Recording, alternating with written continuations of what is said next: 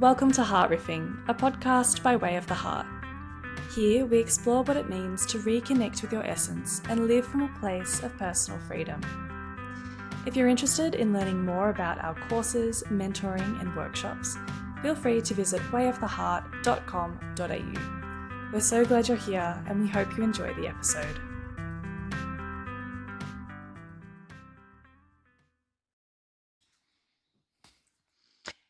Hello and welcome back to another episode of Heart Riffing, a podcast by way of the heart. We're here in the treehouse with Bello and with the menagerie of wild birds out there. So if you are hearing tweeting, it is morning and peak bird time. Peak bird time. We've fed the magpies.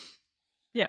Cockatoos have visited. Yeah. The cat's by the window. The cats are super vigilant. Yeah. Lily's chasing them across the deck. Anyway, that's welcome, drop in with us. Welcome to the treehouse. Today's episode, we're going to look at this idea of being coming before doing, and to sort of frame that in a little bit of a more accessible way. When we go about life and go about development and just who we are and what we do in our day-to-day, we are usually defining who we are by our actions, by what we do, by like the verbs. It's like the job or, the label that you have. But at Way of the Heart, we kind of flip that on its head really and look at your being or your essence as something that comes before any of that. And so that's what we kind of want to dig into a little bit today. Great.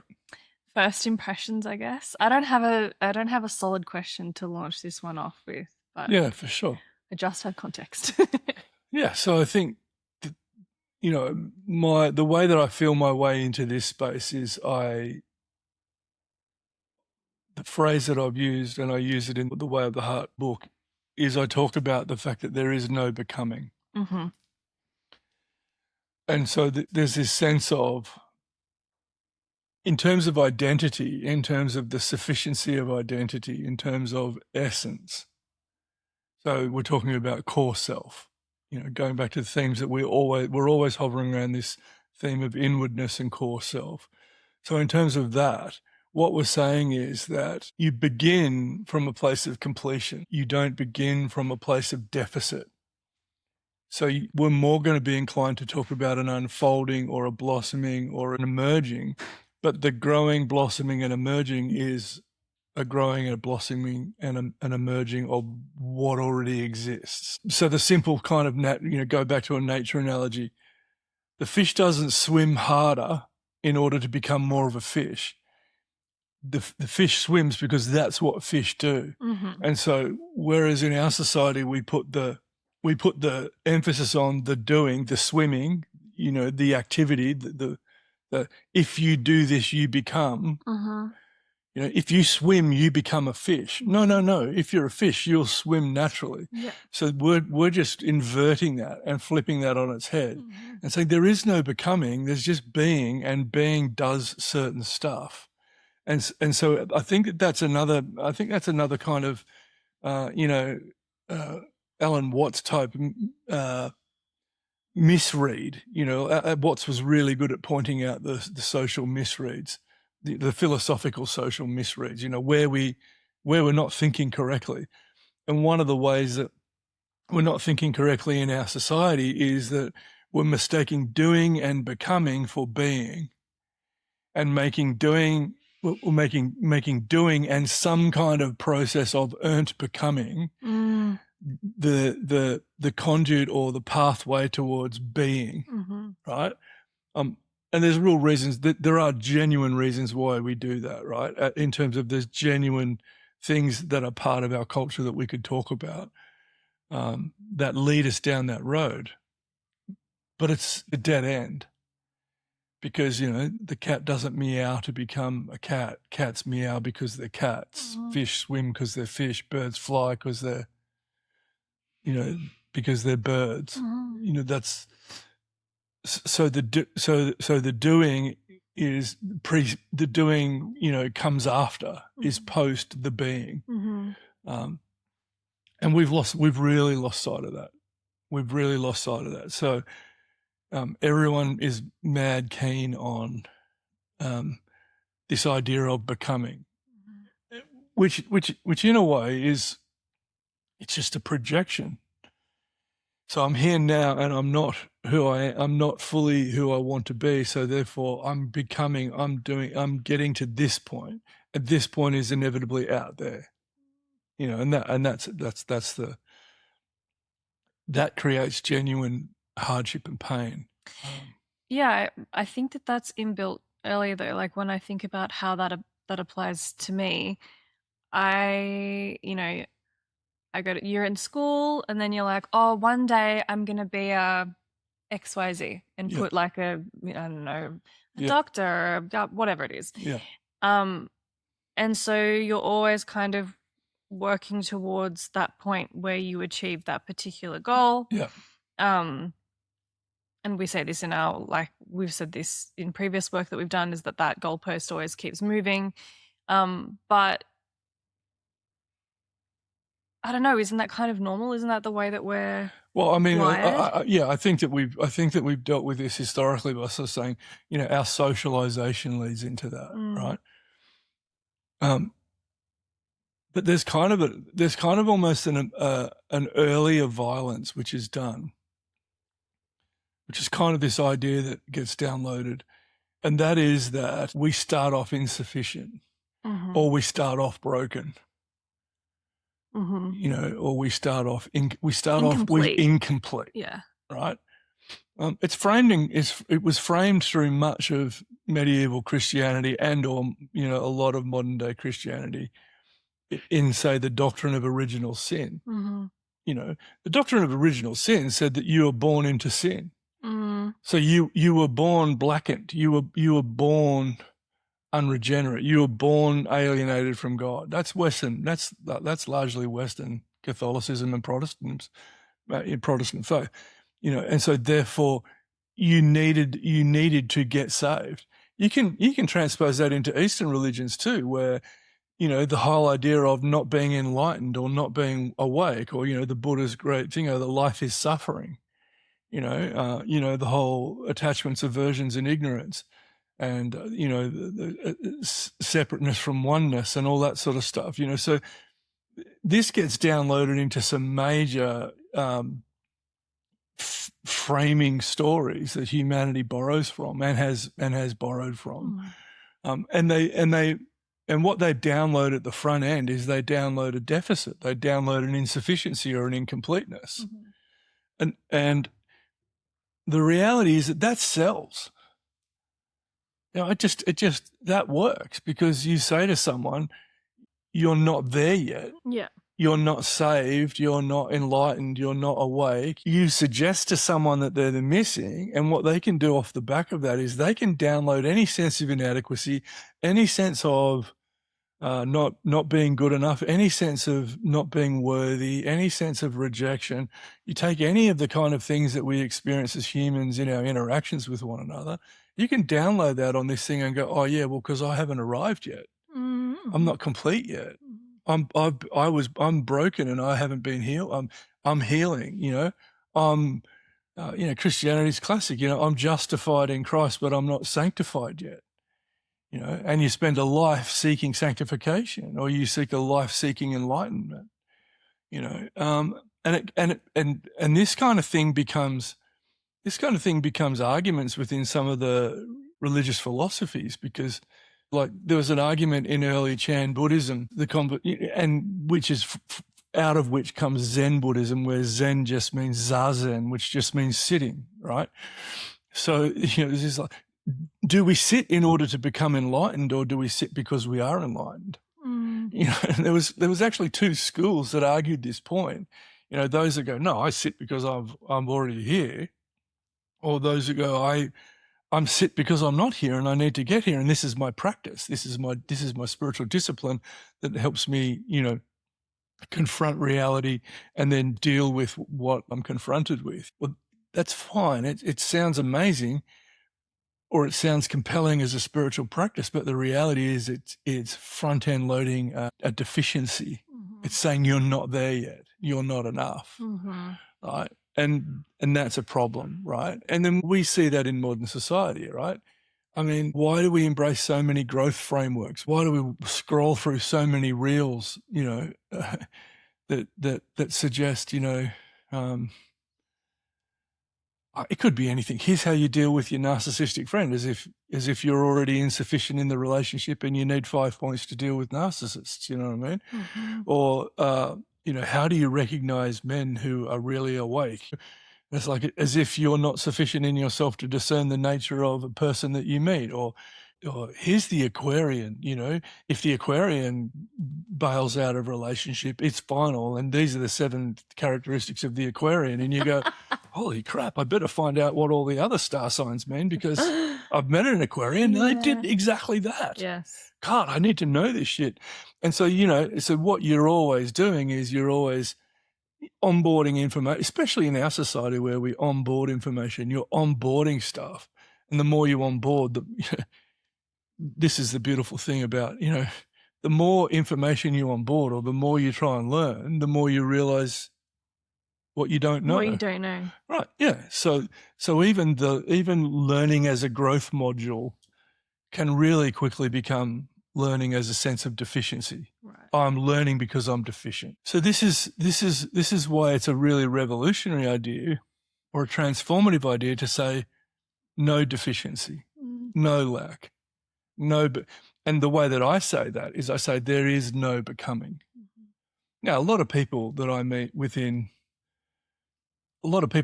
in the spiritual community that are really into spiritual formation and various different spiritual practices and or disciplines, they talk about doing the work, and they talk about this idea of becoming through doing the work, right? I hate that idea. You do the work because you become. So I spoke to a lady the other day, and she's talking about the fact that she's classic. She's going to be a death walker, right? Now, what a death walker is that as people approach death, or as families approach death, what a death walker does is that they come in with the family and they help them through that process, and they help either the person who's about to die or the family who's about to say goodbye to someone. They help them navigate the process of dying. It's much like a marriage guidance course, except it's for people who are dying, right? And just like, a young couple would go to a marriage guidance course to take a preview of what married life is like, and to become a death walker. And I just say to myself, like, you're either the person who can do that or you're not. Yeah. So you're either, so my pushback on that, and this is a very awake sister, right? Like, she's a great lady. But my pushback on that is you either have that in you as something that you can do, or you don't. All right. And so therefore any sense of becoming is really just an expression of what is in you, and just is being nurtured and unfolding, or it's not. Okay. The thing that you said about it's either being nurtured and unfolding, or it's not, I think that digs into popular pushback that we get when we talk about this. And I think there are a couple, and I just want to flag them, and then we can kind of address them progressively. But the first one is, well, surely growth is good, right? As in, like, you don't want to not grow. Of course you want to, when you're a baby, when you're a child, that's a different you to when you're an adult, or you have different capabilities, or you change throughout life. Yes? Same essence, just going through different stages of expression. There's no point in time where there is actually no point in time. If you look at this is the mistake we make about life, because when you think about a becoming, you're projecting to a point that doesn't exist. So what's the point at which I become fully Greg or fully Bello? What's that point? Am I there now? How many days away? How many years away? How many books to read? How much spiritual practice to do? When do I fully get to say, yes, I have fully become Greg, and now I can stop all the effort. I can stop all. No, that's a nonsense. Yeah, so like the effort and the unfolding happens because of the fullness of who you are, because I'm a in the grape. same way that a cat meows. Yeah, so that whatever I do is an expression of an essence that turned up in a baby back in the 2nd of February 1965. Mm-hmm. Right there in 1965, 2nd of Feb, whenever I was born. I don't know. I was there, but I can't remember. The fullness of who I was existed in that form. Right. And because the fullness existed in that form, in that moment, everything else is just a progressive series of expressions of what existed then. Okay. None of it is me becoming more Bello than what I am today. Yes. And the example that we have traditionally used for this is the orange tree. As in, like, the orange tree is an orange tree as a seed, as a seedling, Yeah. as a young tree, as, you know, as it bears fruit, Yes. as it decays, all of that sort of stuff. It's still an orange tree. 100%. Mm-hmm. Because when you invert that, that's the challenge, right? When you invert that and say the orange tree isn't an orange tree per the seed, right? That or Bello is not a Bello on the 2nd of February 1965. Bello is not a Bello. He has to learn to become a Bello. Then that is a moving feast that you never arrive at. That is a moment that you never arrive at. The other thing that it does is it orientates you towards the future. When you become a big boy, when you graduate school, when you do this, when you realize that you're a contemplative, when you marry Bloss, when you have kids, at what point am I arriving, right? Now that, because what that does, now here's a really subtle thing that we never think about. What that does is that when you place being after doing, you actually affect your perception of time. Okay. Does that make sense? It does, but I feel like we should unpack that. Because one of the most pervasive ideas in Western society is the idea of linear time. So I'm here now in the present. There's a future to be anticipated or programmed or planned for, right? And future things to be achieved. And there's a past to be remembered, right? Now, again, this is a Watts idea, and it's worth contemplating, is that Watts suggested to us that linear thing is completely incorrect because the past and the future are only experienced here, right? So the past doesn't exist. It only exists as memories in my head in this moment. The future doesn't exist. It only exists in me now, projecting an idea into the future. There is only an eternal present, and past and future exist in present. So that is more like a vertical timeline. Time, everything existing upon one point in time. It's actually not a linear timeline where I can talk about that in the past and project about that in the future. There's only this moment. And in that regard, if in this moment I am not fully Bello, then you're never. When are I'm you never ever getting to fully Bello. I'm never getting there. Yeah, right. Does that make sense? Yes, because the past and the future, they're all just being experienced and understood in the now. So the only thing I ever have access to is the now. And if the leading presupposition or idea of my life is that I have to become, how do I know that this now moment is the moment that I've fully become a Bello? Yeah. Because I'll wake up on any given day, maybe I'll wake up slightly delusional and go, I'm fully Bello today. But then tomorrow, if I have an argument or, I feel like the fully realized, wise, sage-like dude that lives in the treehouse, and you see him for counseling and mentoring, and he's amazing. And then he gets in his car and someone pulls in front of him, and I go, you prick. You know what I mean? And everyone starts to go, what? Yeah. Who's that guy? Yeah. And I go, oh, yeah, I lost Bello again. Oh, when can I regain him? And I project into the future a moment when I can do penance for my bad temper on the road or whatever it is. This is what I loved about Ram Dass. Ram Dass says the whole thing, he used the word gestalt, which just means the whole matrix exists in you in this moment. Good, bad, right, wrong, black, white, all the polarities, everything exists in this moment in you right now. And you are here in your fullness right now. And you just go, that's a really compelling idea. Mm-hmm. The idea that everything is complete right now, so the potentiality to express the fullness of who I am, that's an opportunity I have in this moment. Mm-hmm. This is so interesting, though, because we kind of look at the action as the justification of the being. Mm-hmm.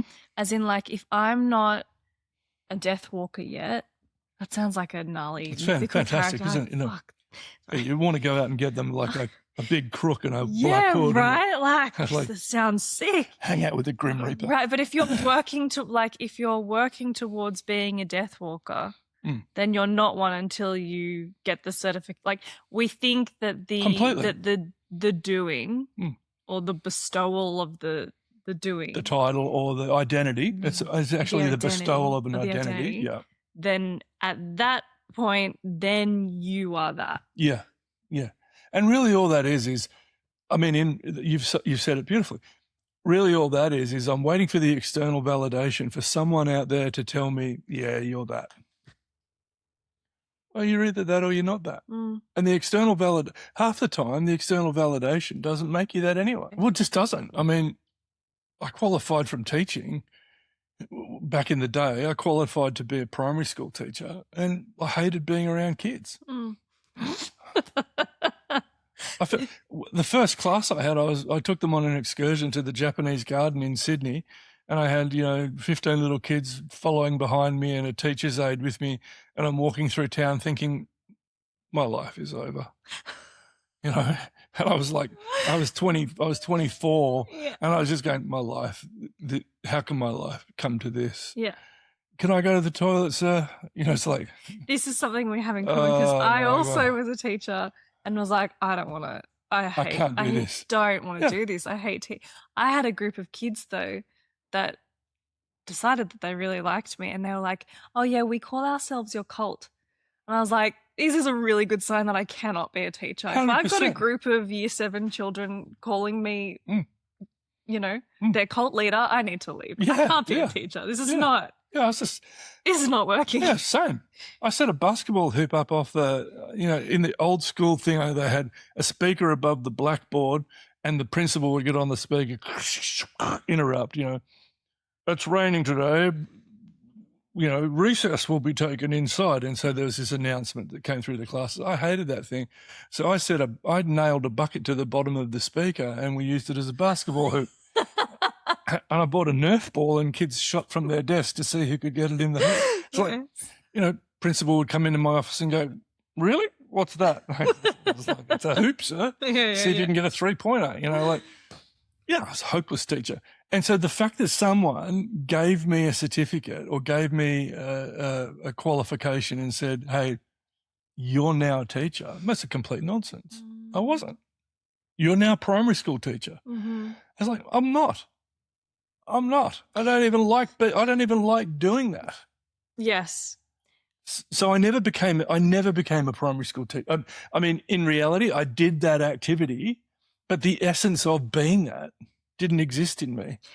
So I never became it. I think this also leads to another interesting point, which is, and I think this maybe helps to encapsulate some of the finer nuance to this conversation, which is that the word or the words that we use aren't going to be sufficient to describe essence or your essence in and of itself. No. Because, you could say, well, you were a minister for a number of years. Were you or were you not a minister? Because at that time you would have thought, sure, I'm a minister, this is what I'm doing. And then the question is, well, is Greg a minister? Is she not a minister? Like, or is this person, you said earlier, this person is either a death walker or they're not a death walker. Yeah. But it's kind of like having that label isn't going to fully describe what it is in that person that leads them to that particular Yeah. thing. Uh, I feel like I'm not articulating this No, properly, but do you know what I'm saying? I think you're articulating it really well. It's just that is that words don't I mean, this is again quintessentially, Taoist. Taoist, yeah. That the presence of word doesn't make something a thing in and of itself. The words don't, I could say that, we've talked about this. That tree out there, is a tallow wood. Yeah. The tallow wood has no idea it's a tallow wood. My designation of it as a hardwood, as a tallow wood that's good for building, and then all the qualities and the values that I back in on that, tree couldn't care less. Tree's just a tree. So essence precedes naming. Right. Naming then becomes in our Western world, naming becomes judging becomes valuing becomes ascribing right or wrong, good or bad. So it ends up in moralizing. By the time we get down to that point where we go, oh, you're a good teacher or a bad teacher, we've so far away from the nameless essence of the thing that it's a complete nonsense. Right. So the example of me, for example, as a minister, was I ever a minister? No, I was never a good minister. I never wanted to be a pastor. But you were just, so your entire life, you were just a bellow being a bellow, and that encapsulated a lot of different forms. Yeah, and the titles and the designation and the roles and they were like being in a play. They were like being in the school play. In the school play this year, you're going to be Marcus Aurelius. It's like, oh, cool. Yeah. I'm a Stoic, wow. I'm a Roman emperor. How cool is that? And then in next year's play, yes, you're going to be Voldemort. So we're going to, it's like, yes, okay, I'm going to be Voldemort, Harry, like whatever it is. Like, okay, so they're just roles that you play, and then for whatever reason, the season ends, the play comes to a halt. You have a farewell when you leave ministry. You go, oh, I don't think I'm ever going to play Voldemort anymore. Yeah, right. That'll be my last. Yeah. Yeah. Now, it's not a bad. I mean, it's a little bit of a weak analogy. But it's not a bad picture of the fact that we've all been hoping we get parts in the big drama of life, and hoping that we don't just get a chorus part, but we get to play a role, where we can show how good we are. But in reality, it's an act. Half of it's an act. And I love this too, because I think we get so identified with the character that we're playing that when you don't have that role or that character anymore, you're lost. Yeah. Like someone who has a really, really successful career, and then they finish their career and they go, either they can't let go of it and they go, oh, I'm still a lawyer, I'm still a whatever it is. It's like, no, you're not. Like, or they don't know who they are anymore because they haven't, they've poured all of their identity into that one thing. Completely. It's a great example. I had an uncle who was a doctor, and basically he was always playing the role of the doctor, and you just went, oh, I don't even know who you are, because it's always like coming into your surgery and sitting down and saying, so, and like the questioning or the engagement is always a pretense for him to diagnose what you need and then to prescribe something to you. And then you go, thanks, Uncle Bob. That was what a wonderful session. Yeah. Thank you. Do I pay at the front? Yeah. Is it Medicare you claimable? Send me an invoice? Yeah. Like, he's a great guy. He was a great guy. He's a strange cat, but it was also just this kind of dynamic of like, he never dropped the role. He never dropped the role.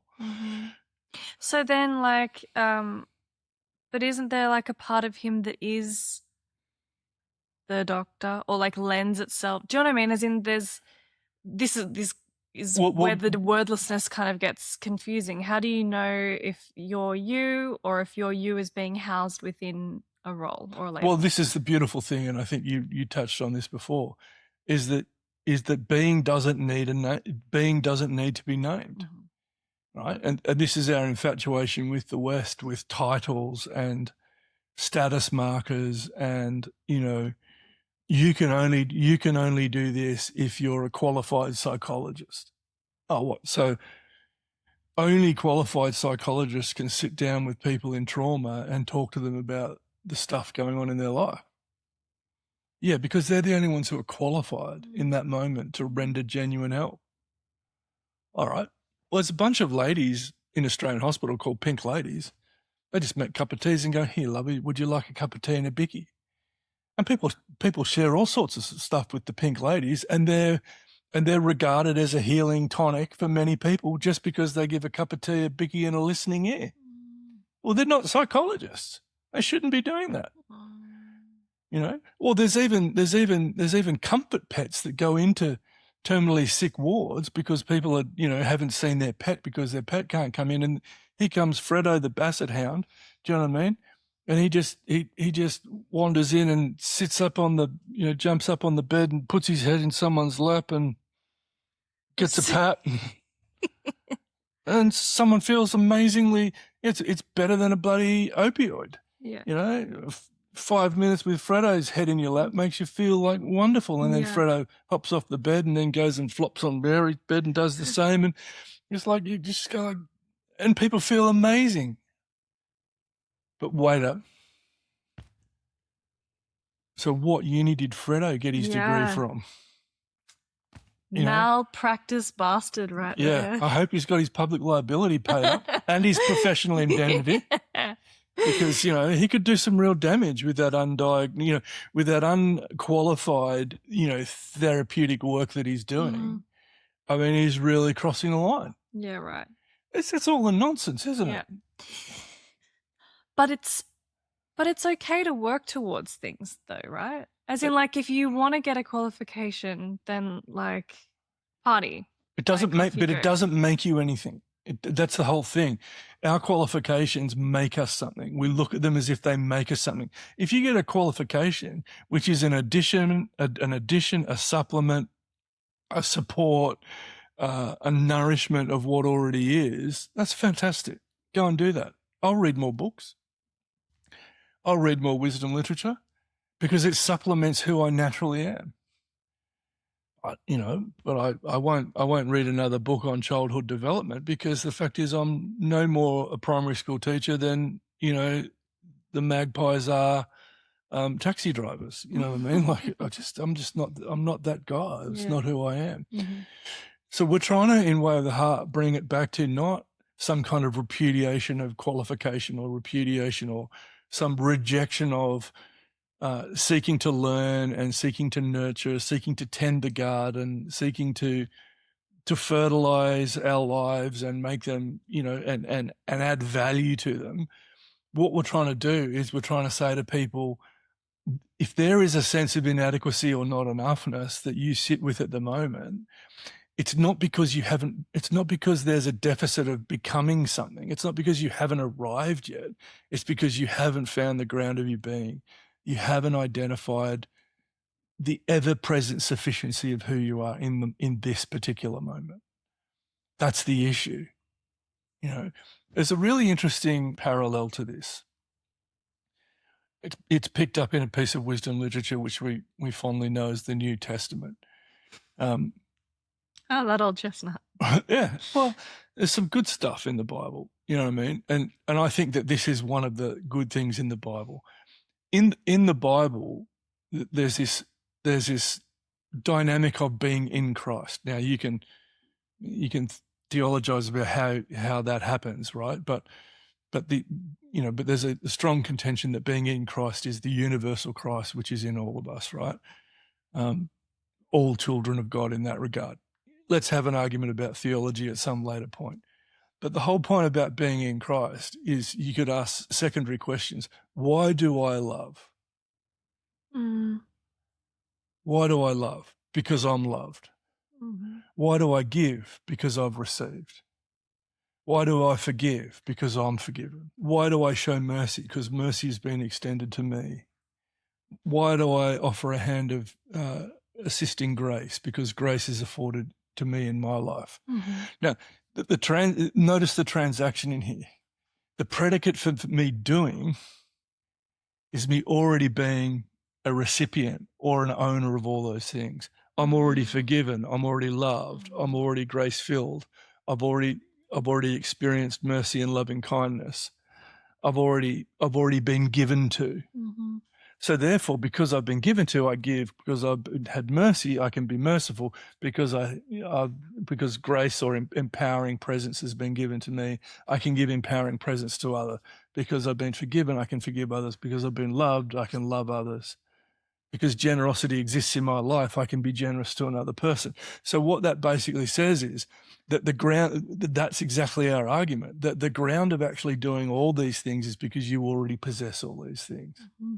So there's nothing more powerful on the planet than someone who is someone who knows and someone who lives out of their own sufficiency, because in their own sufficiency they go, wow, I can do that because I got that.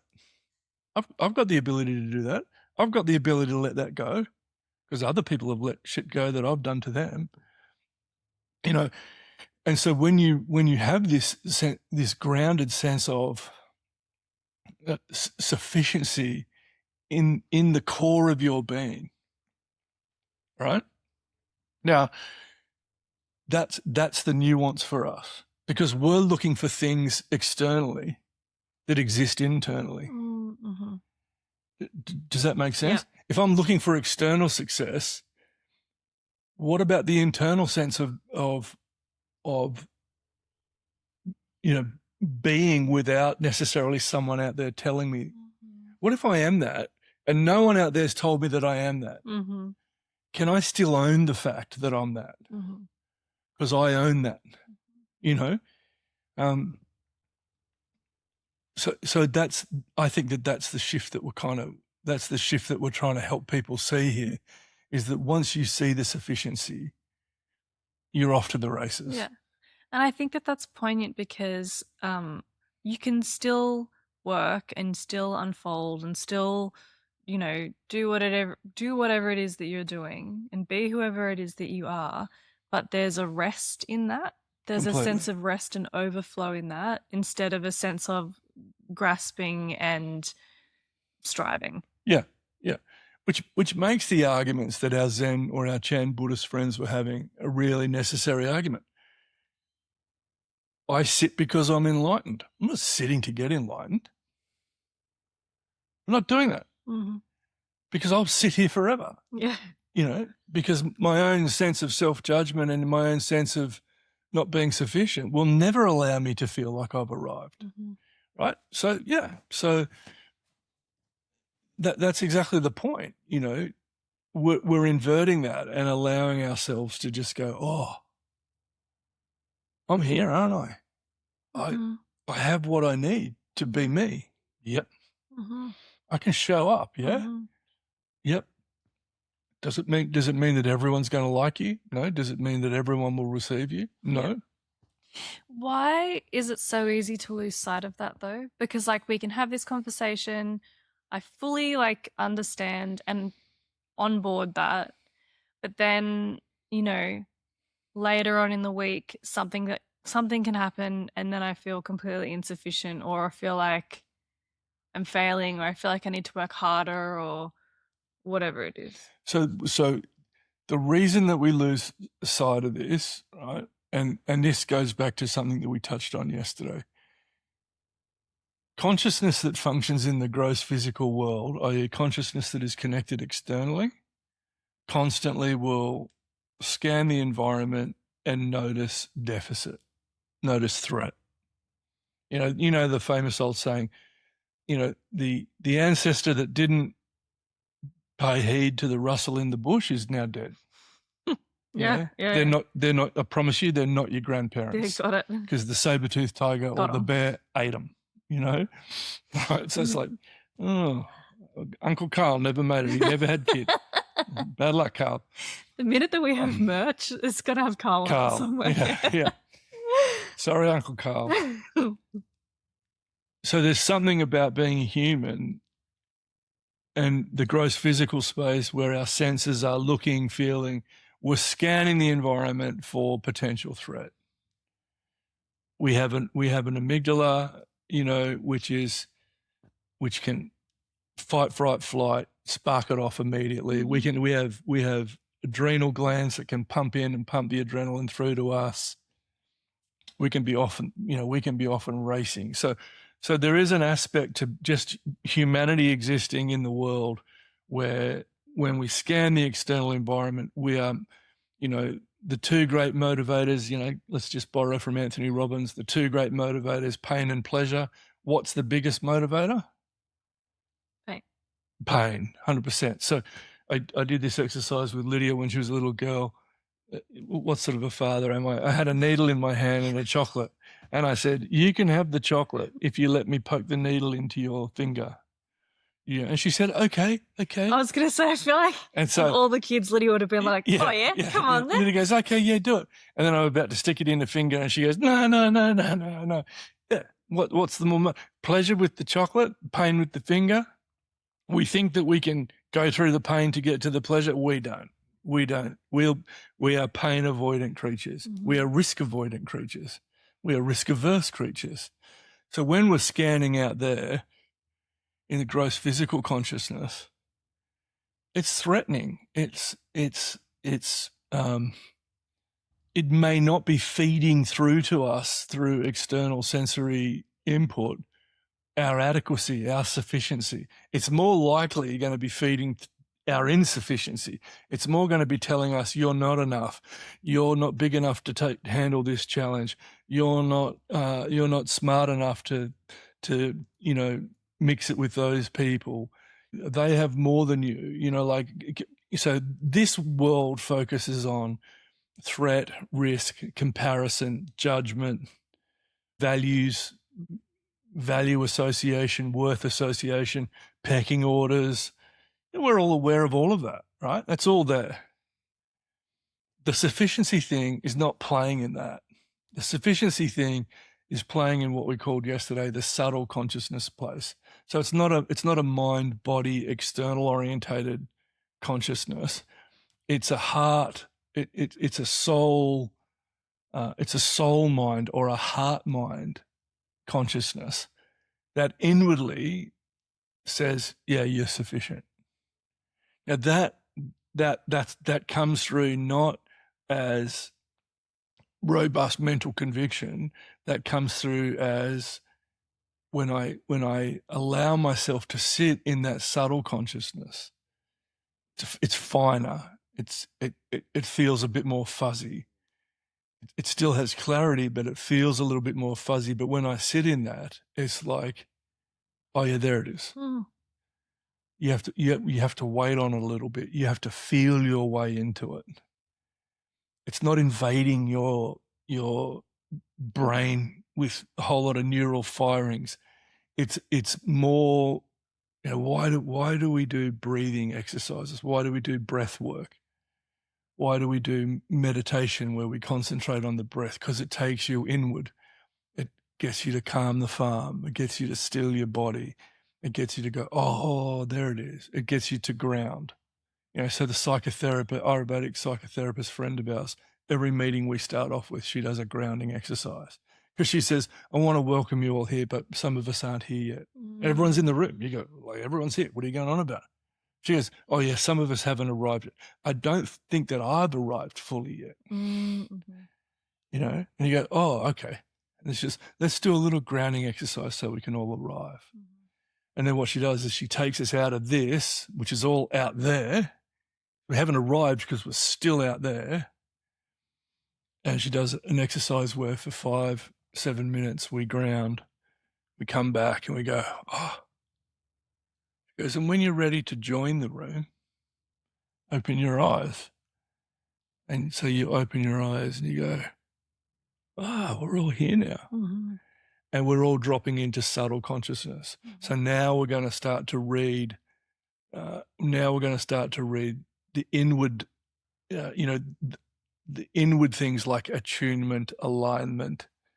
Now we're going to start to feel our way into the room.